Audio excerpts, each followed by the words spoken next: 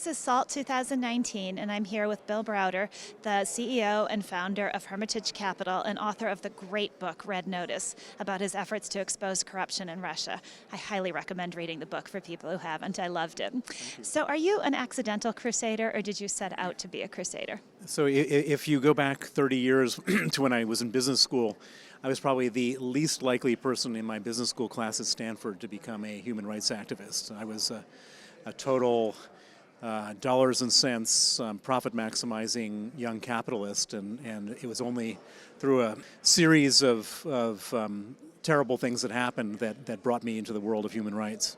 A story you tell very well in your book. Do you think you're succeeding? Well, I know I'm succeeding for one simple reason, and that is that I'm trying to get sanctions imposed on Russia, and I've succeeded in getting something called the Magnitsky Act in place in the United States, Canada, UK, and the Baltic countries. But the reason I know I'm succeeding more than anything is how mad Vladimir Putin has gotten at me. Vladimir Putin is so furious with me, and he can't control his fury. And how has he expressed that fury? Well, through a lot of different ways, but probably the sort of pinnacle of his fury was at the Trump-Putin summit in Helsinki last summer. At the press conference afterwards, when Donald Trump, or when one of the journalists asked Putin, "Are you going to allow Trump or his people to interview the 12 GRU officers who were indicted by Robert Mueller?" Putin said, "Yes, as long as President Trump allows me to have access to Bill Browder." Well, that moment in time, I knew that I'd really gotten under Vladimir Putin's skin. I think that's a great mark of success.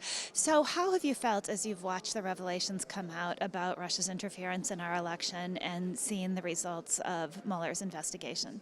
Well, I was one of the few people in the world who read the Mueller report from cover to cover, and I recommend everybody to read the Mueller report, and it's absolutely devastating. It's a devastating report.